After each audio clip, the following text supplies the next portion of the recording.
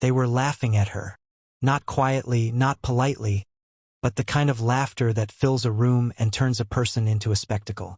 Chairs shifted, glasses clinked, and across the polished auction floor, every eye locked onto one woman standing alone, as if she had already lost everything. Security had started moving closer, slow and deliberate, ready to escort her out like she didn't belong there. And maybe, to them, she didn't, because just weeks earlier, the headlines had already buried her reputation. Bankrupt, finished, a fallen heiress clinging to what little dignity she had left. They thought she was finished, bankrupt, powerless. And then, everything stopped. Her voice cut through the noise, steady in a way no one expected.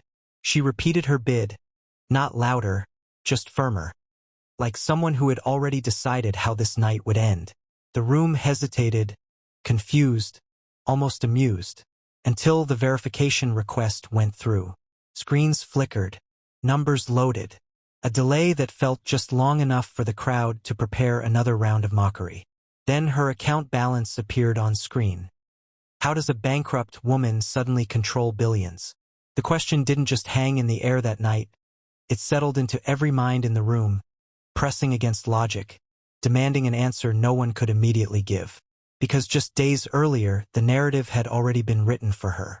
She had been reduced to a cautionary tale, a woman who lost everything, abandoned by allies, cut off from power, and quietly pushed out of the world she once belonged to. And yet, there she stood, not only refusing to leave, but holding a number so large it rewrote everything they thought they knew. People began to shift uncomfortably, glancing at one another, as if the answer might be hidden in someone else's reaction. But no one spoke. No one could explain it. And then there was the second question, the one that cut deeper than the money ever could. Why did her husband publicly destroy her? Because humiliation like that doesn't happen by accident. It doesn't unfold without intention. It requires a choice, a decision made long before the moment itself. The man who once stood beside her, who once made promises in front of witnesses and called her his future, had not only turned away from her, he had done it in full view of everyone who mattered. He didn't hesitate when the accusations came. He didn't defend her when the whispers grew louder. Instead, he stood there, watching as she was reduced to nothing, as though she had never meant anything at all. And the woman beside him, the one holding onto his arm, seemed far too comfortable in a place that had once belonged to someone else. But the most dangerous question was the last one. And who was really telling the truth? Because truth has a way of bending when enough people agree on a lie. It can be reshaped, rewritten, even buried, especially when the right voices repeat the same version over and over again. For years, one story had been accepted without hesitation. A story about loyalty, about sacrifice, about who stood by him when everything fell apart. But stories like that don't always belong to the people telling them. Sometimes they're taken. Sometimes they're given to someone else entirely. And sometimes the person who holds the truth says nothing at all, choosing silence over recognition, even when that silence costs them everything. Fragments of the past began to surface, not clearly, but in pieces that refused to stay hidden. A hospital room filled with quiet urgency. The sound of machines marking time while someone fought to stay alive. A leg that would never fully recover, a cost that was never publicly acknowledged. Memories that should have meant something, now reduced to nothing more than distant echoes. A woman in tears, telling a version of events that had been accepted without question. And a man, turning his back, walking away from something he never fully understood. Each moment on its own meant very little. But together, they formed something far more unsettling. A pattern that didn't quite align with the story everyone believed. Because this wasn't just a love story. It was a deception years in the making. Long before the auction, before the silence that replaced laughter, before anyone dared to question what was real and what had been carefully rewritten, there was a story people believed they understood. It was simple on the surface, the kind of story families tell with quiet pride, about two children who grew up side by side, whose lives were intertwined so early that separating them would have felt unnatural. Victoria Hayes and Michael Hayes were never strangers. Their names had been spoken together for as long as anyone could remember. Their families connected not just through business, but through a shared history that carried expectations neither of them fully chose. To outsiders, it looked like destiny. To those closer, it looked like an arrangement that had simply been allowed to grow into something deeper over time. Victoria Hayes was never the loudest person in the room, never the one demanding attention, but she had a presence people respected without needing to question it. She understood responsibility from a young age, raised in a world where reputation mattered as much as wealth, where every decision carried weight beyond personal desire. And somewhere within that structure, she chose Michael Hayes. Not because she had to, but because she believed in him. She saw something in him that others overlooked, a potential that hadn't fully taken shape yet, a determination that needed the right kind of support to grow. And she gave that support without hesitation, quietly, consistently, without asking for recognition. Michael Hayes, on the other hand, was different in ways that were harder to define. He carried the pressure of expectation differently, not with quiet discipline, but with a need to prove himself, to be seen as capable in his own right rather than as someone standing in the shadow of legacy. Where Victoria was steady, he was searching. Where she was certain, he was still trying to understand what certainty even looked like. And in those early years, he leaned on her more than he ever admitted out loud. Her presence grounded him. Her belief in him filled the gaps he couldn't yet fill himself. It wasn't something he spoke about, but it was something everyone close to them could see. As they grew older, what began as familiarity turned into something that resembled love, or at least what people expected love to look like under those circumstances. Their lives moved forward in parallel, decisions aligning almost effortlessly, until marriage became less of a question and more of an inevitability. When it finally happened, it wasn't met with surprise. It was celebrated as the natural continuation of a story that had already been written long before they had a chance to question it. Families approved, alliances strengthened, and from the outside, everything appeared exactly as it should be. But relationships built on expectation often carry things that aren't immediately visible. Beneath the surface, there were differences neither of them fully addressed. Victoria gave more than she took, not out of obligation but out of choice. She prioritized his growth, his success, his stability, often placing her own needs somewhere further down the line. It wasn't a sacrifice she announced or demanded recognition for. It was simply how she loved. And for a time, it seemed enough. Michael, despite everything he had, struggled with something harder to define. There was a quiet insecurity that followed him, a need to feel certain that what he had wasn't borrowed, that his achievements belonged entirely to him. Being with Victoria, someone so composed, so capable, sometimes made that insecurity louder rather than quieter. It wasn't something he openly acknowledged, but it shaped the way he saw himself and eventually the way he saw her. And then, slowly, almost unnoticed at first, someone else entered the space between them. She didn't arrive with confrontation or conflict. She arrived with timing, with attention, with a version of support that felt different, easier, less complicated. Where Victoria represented stability and expectation, this new presence offered something that felt like freedom, like validation without pressure. It wasn't immediate and it wasn't obvious, but it was enough to shift something. Enough to create distance where there had once been certainty. Victoria noticed the change, but not in the way others might expect. She didn't react with anger or suspicion. She observed, quietly, the way conversations shortened, the way attention drifted, the way something that once felt solid began to feel uncertain. And still, she said nothing. Not because she didn't care, but because she believed in what they had built, believed it could withstand moments of weakness, moments of confusion. She trusted him to find his way back, the same way she had always trusted him to grow into the person she believed he could be. But trust, when placed in the wrong direction for too long, begins to erode in ways that aren't immediately visible. It doesn't break all at once. It fades, piece by piece, until what's left feels unfamiliar. And by the time anyone realizes what's been lost, it's often already too late to return to what it once was. Because sometimes the turning point isn't a decision. It's a moment, a single event that forces everything hidden to the surface, that reveals truths no one was ready to face. And for Victoria Hayes and Michael Hayes, everything changed. The day he almost died. The day everything changed didn't begin with chaos.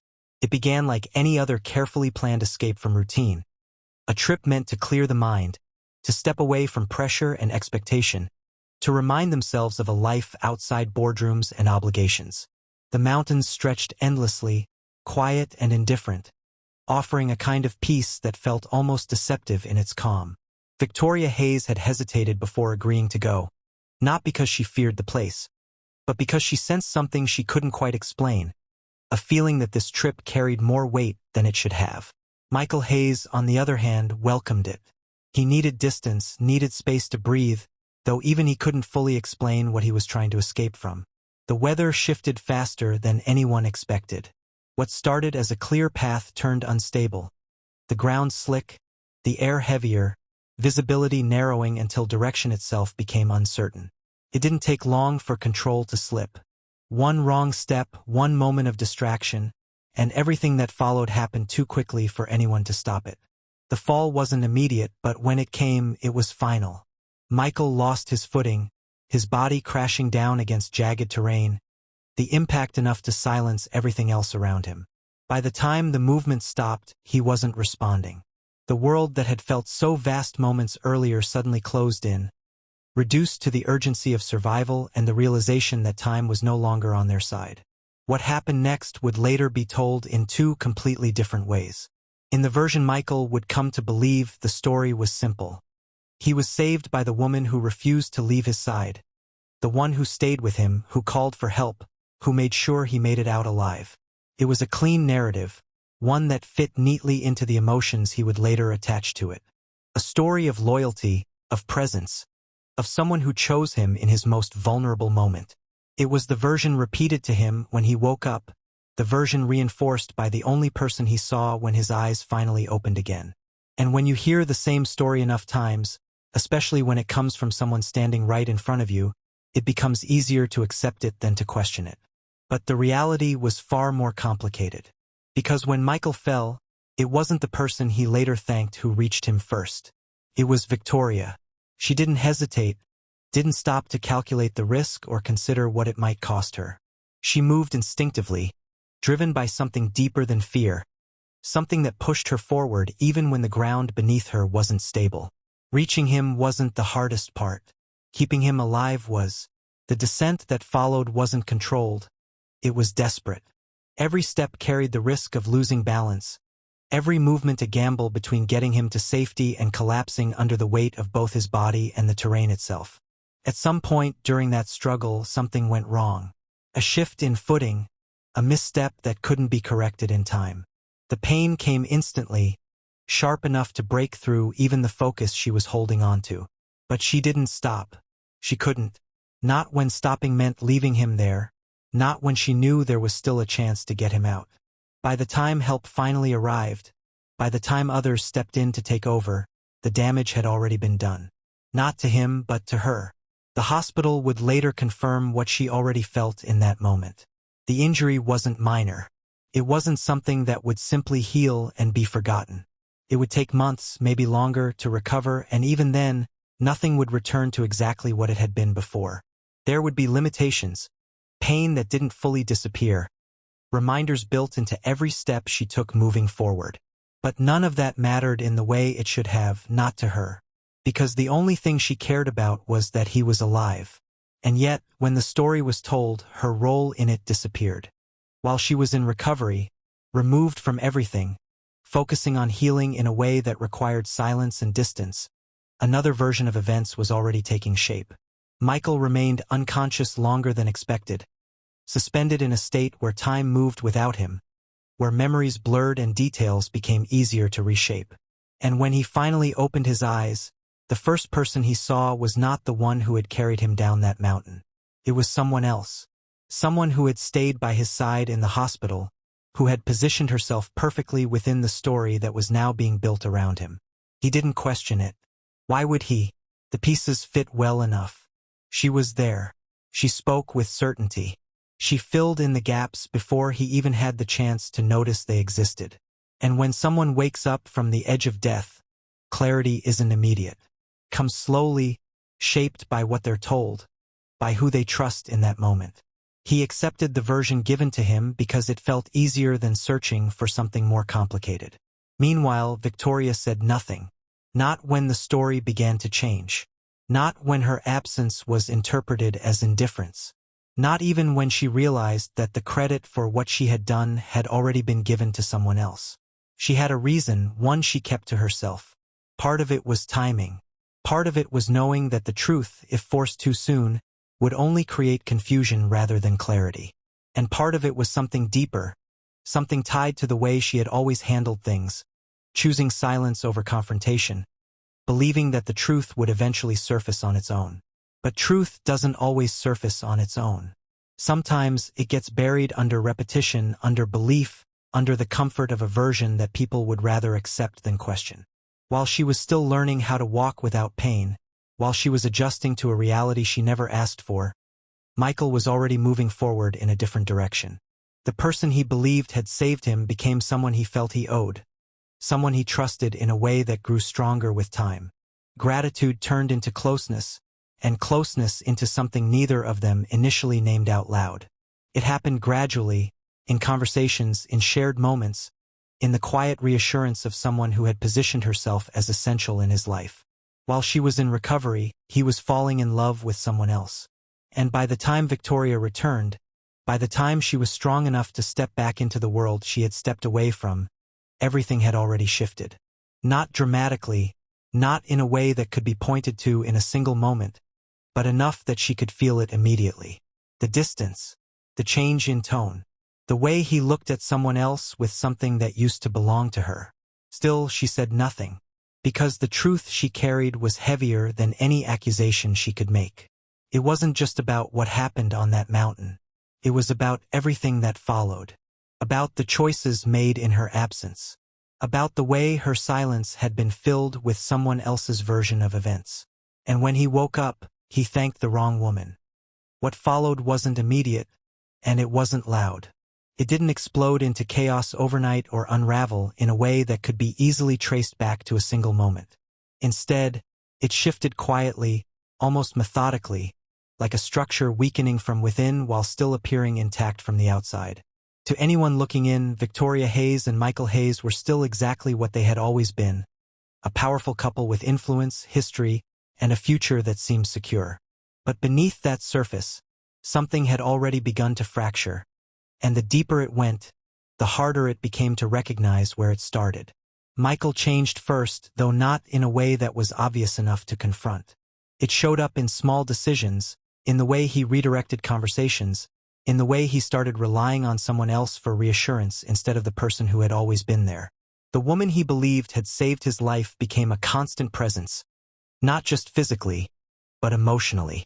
She was careful, intentional in the way she positioned herself, never demanding attention outright, but always there when it mattered most. She understood timing in a way that made her influence difficult to detect. And slowly, almost imperceptibly, she began to shape the narrative around him. Victoria noticed everything, even the things that weren't said out loud. She saw the distance grow, felt the shift in his trust, recognized the way her place in his life was being quietly replaced. But confronting it would have required more than just suspicion. It would have required proof, something solid enough to stand against a story that had already taken root. And at that point, she had nothing but fragments, moments that didn't quite add up but weren't enough to challenge what he believed. So she stayed silent, watching as her own life began to move in a direction she never chose. Then came the first real fracture, and it didn't happen in their relationship. It happened in business. Victoria Corporation, the foundation she had spent years building, the structure that carried her name and reputation, began to show signs of instability. Contracts fell through without clear explanation. Long-standing partnerships dissolved almost overnight. Investors who had once trusted her judgment began to withdraw, not abruptly, but steadily enough to create pressure that couldn't be ignored. At first, it looked like coincidence, like the kind of setbacks even the strongest companies face. But the pattern was too precise, too consistent to be dismissed as bad timing. And somewhere behind those decisions, whether directly or indirectly, Michael's influence began to appear. Not openly, not in a way that could be easily proven, but in the subtle redirection of alliances, in the quiet conversations that shifted loyalty away from Victoria and toward him. He didn't see it as sabotage, at least not at first. From his perspective, he was protecting his own interests, stabilizing what he believed was at risk. The woman beside him reinforced that belief, guiding his decisions, framing situations in ways that made his actions feel justified. And when someone you trust tells you a version of reality often enough, it becomes difficult to see anything beyond it. As the pressure mounted, Victoria found herself increasingly isolated. People who once stood beside her began to distance themselves, not necessarily out of disloyalty, but out of uncertainty. Reputation, once questioned, spreads faster than truth. And soon, the narrative began to shift publicly. It didn't take long for the media to catch on, for speculation to turn into headlines, for her name to be attached to words that slowly erased everything she had built. Bankrupt heiress, scandal wife. The phrases appeared everywhere, repeated until they felt less like accusations and more like facts. What made it worse wasn't just the financial strain. It was the silence from the one person who could have stopped it. Michael didn't defend her. He didn't step forward to correct what was being said, didn't challenge the narrative that was forming around her. Whether it was doubt, manipulation, or something deeper, he allowed it to continue. And in doing so, he became part of it, whether he realized it or not. Then came the moment that pushed everything beyond repair. The private photos, images and videos that were never meant to be seen, taken out of context, stripped of any explanation, and released into a space where judgment comes faster than understanding. They spread quickly, far beyond what anyone could control, turning whispers into certainty, suspicion into condemnation. It wasn't just humiliation.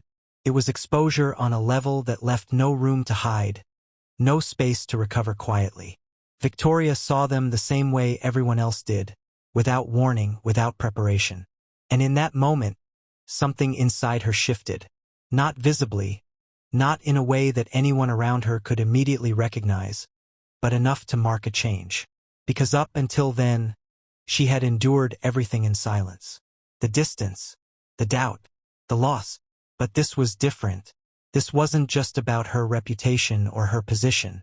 This was something personal, something deliberate. Questions began to form, not just for her, but for anyone watching closely enough. Was Michael truly the one behind everything, or was he being guided, influenced by someone who understood exactly how to move him without being seen? Was he making these choices on his own, or was he following a path that had been carefully laid out in front of him? The answers weren't clear, and that uncertainty only made the situation more unsettling. Because if he was acting on his own, then the betrayal was absolute. But if he wasn't, then something even more calculated was at play. By the time the situation reached its lowest point, Victoria had been reduced to a version of herself that no longer matched reality. Publicly, she was finished. Privately, she was alone.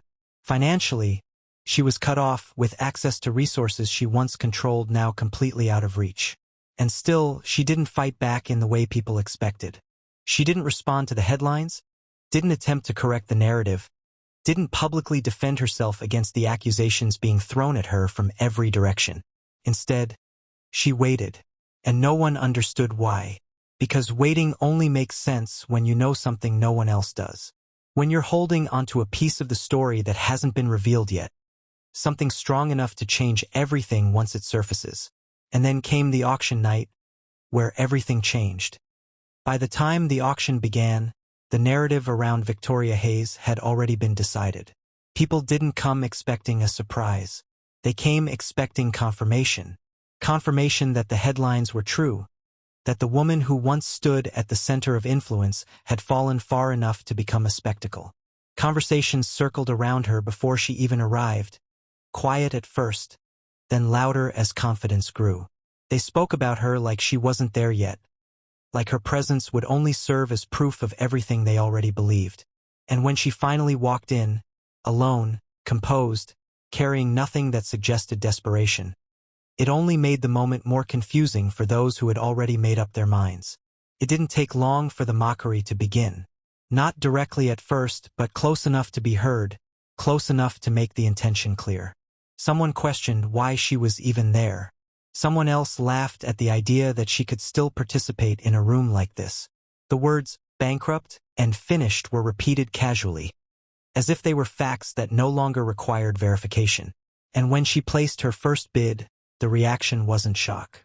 It was amusement, the kind that spreads quickly when people believe they're witnessing something they can dismiss without consequence. Michael Hayes watched it all unfold without interruption.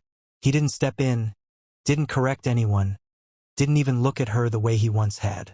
The woman beside him held onto his arm, her expression calm, almost satisfied, as if this moment had been anticipated long before it arrived. And when Victoria raised her voice again, insisting on continuing, the room shifted from amusement to irritation. Security was called, not urgently, but with the quiet certainty that her presence was no longer acceptable. They thought they had already reached the conclusion, but then came the verification.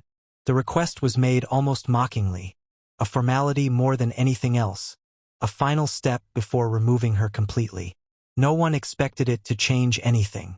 The system processed the request like it always did, numbers moving across screens, calculations taking place in the background. For a brief moment, nothing happened. Just enough time for the room to settle back into its assumptions. And then it appeared. Balance 100 billion. The shift was immediate. Not gradual, not subtle. Immediate. The laughter disappeared as if it had never existed.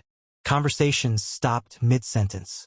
People who had been leaning back comfortably now sat forward, staring at the same screen, trying to understand what they were looking at.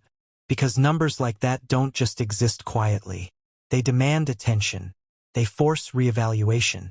And in that moment, every assumption made about Victoria Hayes collapsed at once. No one spoke at first. Shock has a way of silencing even the most confident voices. But silence doesn't last forever. It turned into whispers, then into questions, each one layered with disbelief. How was it possible? Where did it come from? What had they missed? And more importantly, what did it mean for everything they thought they knew about her? Victoria didn't explain.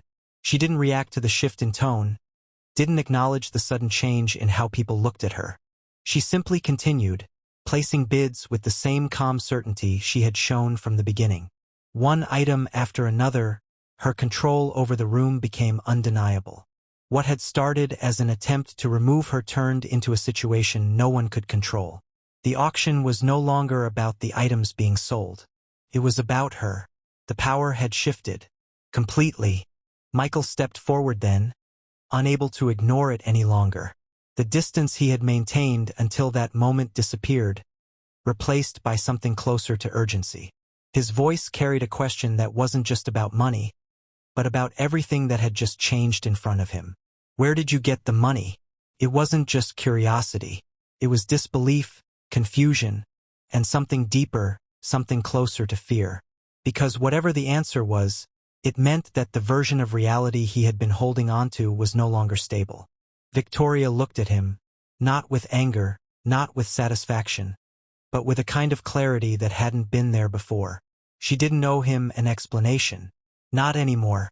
The silence between them carried more weight than any answer she could have given.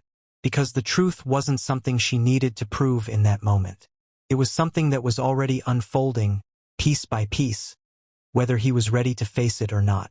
And then, another presence entered the story. Not loudly, not in a way that demanded immediate attention, but in a way that shifted the atmosphere even further. His name had been spoken in certain circles, rarely, and always with a level of respect that bordered on caution. Fu Yuxiao, a man whose influence extended far beyond what most people in that room could comprehend. Someone who didn't appear unless there was a reason. His connection to Victoria wasn't immediately explained, but it didn't need to be. The timing alone was enough to raise questions. Because wealth like that doesn't appear without a source. And power like his doesn't align itself with someone without intention. The pieces began to form a picture, one that suggested this moment had been building long before anyone in that room realized it. What they didn't know was that this wasn't sudden. It wasn't luck. It wasn't a last-minute rescue. It was the result of something that had been set in motion years earlier, something tied to a promise that had been kept in silence while everything else fell apart. 7 years. That was how long he had waited, not watching from a distance without purpose, but preparing, positioning, ensuring that when the time came, the outcome would be undeniable. Victoria had never mentioned him. Not during the collapse of her company, not during the public humiliation, not even when everything seemed lost. And that silence now carried a different meaning. It wasn't weakness. It was control. The kind that doesn't need to be visible to be effective. Because he didn't return to settle a score. He didn't return to prove a point. And he didn't return for revenge. He came back for her. The shift in power at the auction should have been enough to end everything. For most people, that moment would have rewritten the entire story, corrected every false narrative, and forced those who had doubted her to confront the truth. But reality doesn't always resolve itself that cleanly. Because even after the silence, even after the shock, even after Victoria Hayes stood in full control of a room that had tried to erase her, the damage that had already been done didn't simply disappear. It followed her, quietly, persistently, into the moments that came after. What no one in that room knew, what she had carried alone through everything that had happened, was that she wasn't just walking away from a broken reputation or a collapsing marriage. She was walking away with something far more fragile, something that changed the weight of every decision she made. She was pregnant. It wasn't something she had planned to reveal, not in that moment, not in that setting. It was something she had intended to keep until there was a right time, until there was a reason to believe it would be received with care rather than indifference.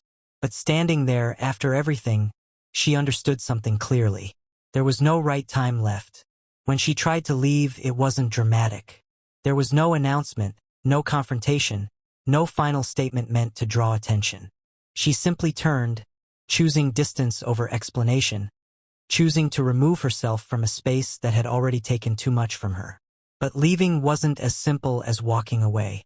Not when Michael Hayes was still standing there, still trying to make sense of what had just happened, still holding on to a version of reality that no longer aligned with what he had just witnessed. He stopped her, not with anger at first, but with confusion. Questions he couldn't answer, emotions he couldn't place. For a moment, it almost seemed like something might shift, like the truth was close enough for him to finally reach. But then it happened again. The same pattern, the same choice. The woman beside him stepped forward, her voice steady, her presence carefully timed, reinforcing the version of events he had been holding on to for so long. And once again he chose her, not quietly, not uncertainly, but in a way that made it clear nothing had changed. That was the moment everything collapsed completely. Not publicly, not in a way anyone else could fully see, but internally in a way that couldn't be repaired. Because there is a limit to how much someone can endure before something inside them stops trying. And for Victoria, that moment had arrived. What came next wasn't just betrayal. It was escalation. The photos that had already spread weren't enough. The damage they caused, the humiliation they brought, it hadn't satisfied whatever decision had been made behind it. More was released. More private moments, more fragments taken out of context. More pieces of her life turned into something meant to destroy rather than expose. This time, there was no question about where it came from. It was deliberate. It was direct. And it was final. That was the moment Michael crossed a line he wouldn't be able to step back from. And yet, even then, the truth still hadn't fully surfaced. Not in a way that forced him to confront it completely. Because the story he had been given years earlier was still intact. Still reinforced by the person standing beside him, still strong enough to compete with everything else unfolding around him. Until it wasn't. The records came forward quietly, but with a weight that couldn't be ignored. Medical reports, dates, details that aligned too precisely to be dismissed. Evidence of an injury that had never been publicly acknowledged, of treatment that took place during the exact time he had been told a completely different story. It wasn't presented as an accusation. It didn't need to be. The truth was already there. written clearly enough that denying it required more effort than accepting it. And then came confirmation from the one person he couldn't ignore. The one voice that had remained steady through everything, that had seen more than she ever chose to say out loud. The woman who had watched both of them grow, who had understood their bond long before it was ever tested. She didn't speak with anger. She spoke with certainty. Victoria Hayes had been the one who saved him. She had been the one who carried the cost of that moment, the one who walked away with injuries that changed her life, the one who chose silence instead of recognition. For the first time, everything he believed began to break. The realization didn't come all at once. Came in fragments, each one harder to ignore than the last. The timing, the absence, the way certain details never fully aligned. The way he had accepted a version of events without ever questioning who had told it to him. And slowly, the truth replaced the story he had been holding onto for years. I destroyed the only person who ever loved me. It wasn't said out loud, not at first. It didn't need to be. It was there in the way he looked at her, in the way everything around him seemed to lose meaning all at once. Because understanding what he had done meant understanding that it couldn't be undone. Not completely, not in the way it needed to be. But even then, even in that moment of clarity, doubt found its way back in. Because the mind doesn't let go of a long-held belief easily. Especially when letting go means accepting that every decision made afterward was built on something false. The woman beside him didn't step back. She didn't admit anything. She held her ground, presenting just enough resistance, just enough uncertainty, to keep that doubt alive. And for a moment it worked. For a moment he hesitated. And that hesitation was enough. Because for Victoria, the truth had already come too late. She didn't stay to argue. She didn't stay to prove anything further. She had spent years carrying something no one else acknowledged. And now that it had finally been revealed, it didn't change what had already been done. The damage wasn't just in the lie. It was in everything that followed it. So she walked away. Not slowly, not uncertainly, but with a finality that made it clear there was nothing left to resolve. The room, the people, the past she had once fought to protect, none of it held her there anymore. And this time no one tried to stop her. Not because they didn't want to, but because they understood they no longer had the right. Michael didn't follow immediately. He stood there, caught between what he had just learned and what he had already done, the weight of both pressing against him at the same time. And for the first time, there was no one else to guide his decision. No voice strong enough to override the truth he now carried. By the time he moved, it was already too late. Because she wasn't alone anymore. The man who had remained in the background, who had waited without interruption, without forcing his presence into moments that weren't his, finally stepped forward. Fu Jiuxiao didn't need to say anything. His presence alone was enough to shift the balance once again. Not with force, not with confrontation, but with certainty. Victoria didn't look back. And Michael was left standing there, watching as the only person who had ever truly chosen him, chose to leave. Sometimes, the truth comes too late. Not because it was impossible to uncover, not because it was hidden beyond reach, but because the people who needed to see it weren't ready to question what they already believed. And by the time everything finally becomes clear, the damage has already settled into something permanent. That was the reality Michael Hayes was left standing in, long after the room had emptied, long after the noise of the auction had faded into something distant and irrelevant. For the first time, there was no one else to blame, no version of events to hide behind, no voice guiding him toward a more comfortable explanation. There was only the truth and the weight of what he had done with it. Victoria Hayes didn't wait to see what he would do next. She didn't stay long enough to hear apologies or explanations that arrived too late to matter.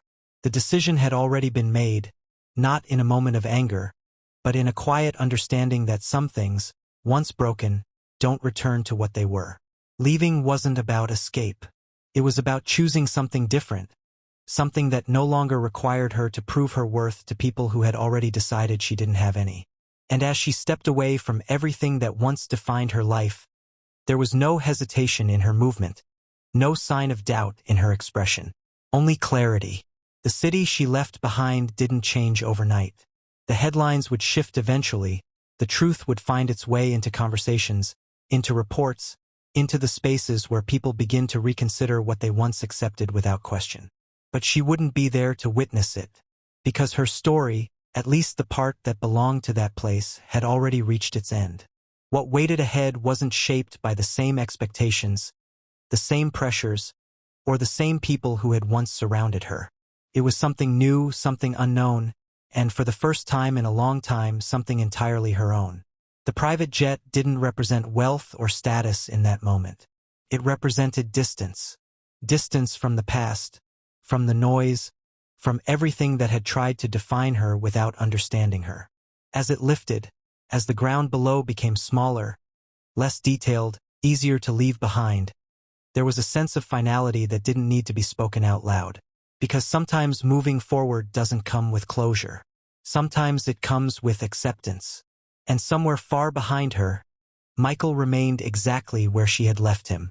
Not physically, but emotionally, caught in the realization that the one person who had stood by him when it mattered most was the same person he had pushed away without ever truly understanding why. Regret has a way of settling in slowly, growing heavier over time rather than fading. And in his case, it wasn't just about losing her.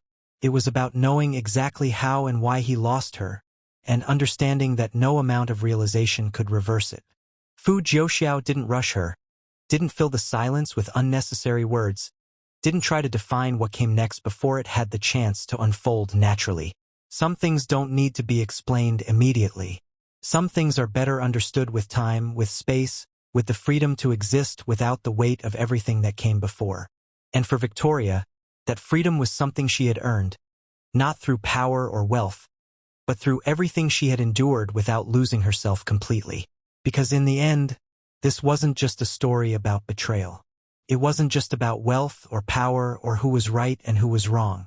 It was about trust, about the choices people make when faced with uncertainty, and about the consequences that follow when those choices are built on something false. It was about how easily truth can be replaced, how quickly perception can become reality, and how difficult it is to reclaim something once it's been taken and given to someone else. And maybe that's the question that stays long after everything else fades. What would you do if the person you trusted most destroyed your life? Would you stay and try to rebuild something from what's left, or would you walk away, knowing that some things can't be repaired no matter how much time passes? Would you forgive him? Was she right to leave? Do you think he deserved a second chance? Subscribe for more real stories like this. And if you think this was shocking, wait until the next one.